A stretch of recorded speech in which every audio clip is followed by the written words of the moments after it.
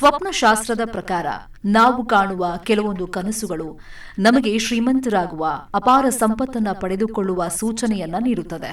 ಯಾವೆಲ್ಲ ಕನಸುಗಳು ನಮಗೆ ಲಕ್ಷ್ಮೀದೇವಿ ಒಲಿಯುವ ಸೂಚನೆಯನ್ನ ನೀಡುತ್ತದೆ ಗೊತ್ತೇ? ಇಂತಹ ಕನಸುಗಳು ಬಿದ್ರೆ ಸಿರಿ ಸಂಪತ್ತೇ ನಿಮ್ಮದಾಗುವುದು. ರಾತ್ರಿ ಮಲಗಿರುವಾಗ ನಮಗೆ ಹಲವಾರು ರೀತಿಯ ಕನಸುಗಳು ಬೀಳ್ತಾವೆ. ಇದು ಸಾಮಾನ್ಯ ಸಂಗತಿ.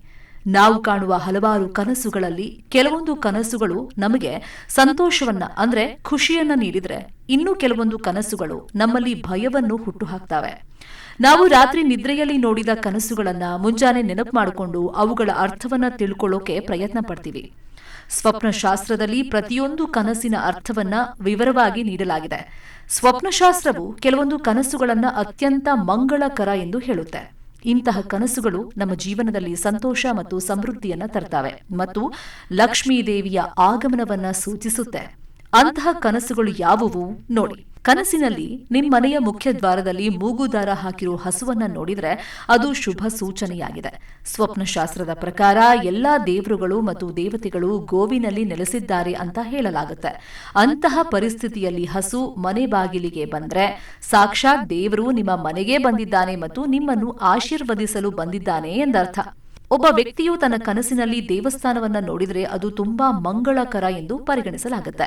ಸ್ವಪ್ನಶಾಸ್ತ್ರದ ಪ್ರಕಾರ ಮನೆಯಲ್ಲಿ ಕೆಲವು ಶುಭ ಕಾರ್ಯಗಳು ಶೀಘ್ರದಲ್ಲೇ ಪ್ರಾರಂಭವಾಗಲಿವೆ ಅಥವಾ ನೀವು ತೀರ್ಥಯಾತ್ರೆಗೆ ಹೋಗಬಹುದು ಎಂಬುದನ್ನ ಇದು ಸೂಚಿಸುತ್ತೆ. ಕನಸಿನಲ್ಲಿ ಧಾರಾಕಾರ ಮಳೆಯನ್ನ ನೋಡೋದು ಅಥವಾ ಕನಸಿನಲ್ಲಿ ಕಪ್ಪು ಮೋಡಗಳನ್ನ ನೋಡೋದು ಭವಿಷ್ಯದಲ್ಲಿ ಸಂಭವಿಸುವ ಶುಭ ಸೂಚನೆಗಳನ್ನು ತೋರಿಸುತ್ತೆ. ಇದರರ್ಥ ಶೀಘ್ರದಲ್ಲೇ ಹಣ ನಿಮ್ಮ ಮನೆಗೆ ಬರಲಿದೆ ಎಂಬುದಾಗಿದೆ.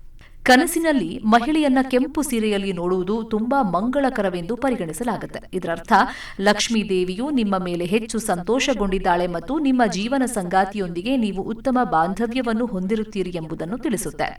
ಒಬ್ಬ ವ್ಯಕ್ತಿಯು ತನ್ನ ಕನಸಿನಲ್ಲಿ ರುಚಿಕರವಾದ ಭಕ್ಷ್ಯವನ್ನು ನೋಡಿದ್ರೆ ಅವನ ಜೀವನದಲ್ಲಿ ಸಕಾರಾತ್ಮಕ ಬದಲಾವಣೆಗಳು ಶೀಘ್ರದಲ್ಲೇ ಬರಲಿವೆ ಎಂದರ್ಥ. ಈ ಕನಸನ್ನು ನೋಡಿದ ವ್ಯಕ್ತಿಯು ತನ್ನ ಕೆಲಸ ಅಥವಾ ವ್ಯವಹಾರದಲ್ಲಿ ತ್ವರಿತ ಪ್ರಗತಿಯನ್ನ ಪಡೆಯಲಿದ್ದಾನೆ. ನಿಮ್ಮ ಕನಸಿನಲ್ಲಿ ಬಣ್ಣ ಬಣ್ಣದ ಹೂವುಗಳನ್ನು ನೋಡಿದ್ರೆ ಇದರರ್ಥ ನೀವು ಲಕ್ಷ್ಮೀ ದೇವಿಯ ಆಶೀರ್ವಾದವನ್ನ ಹೊಂದುತ್ತೀರಿ ಮತ್ತು ಶೀಘ್ರದಲ್ಲೇ ನಿಮ್ಮ ಮನೆಗೆ ಸಂಪತ್ತು ಬರಲಿದೆ ಎಂಬುದಾಗಿದೆ.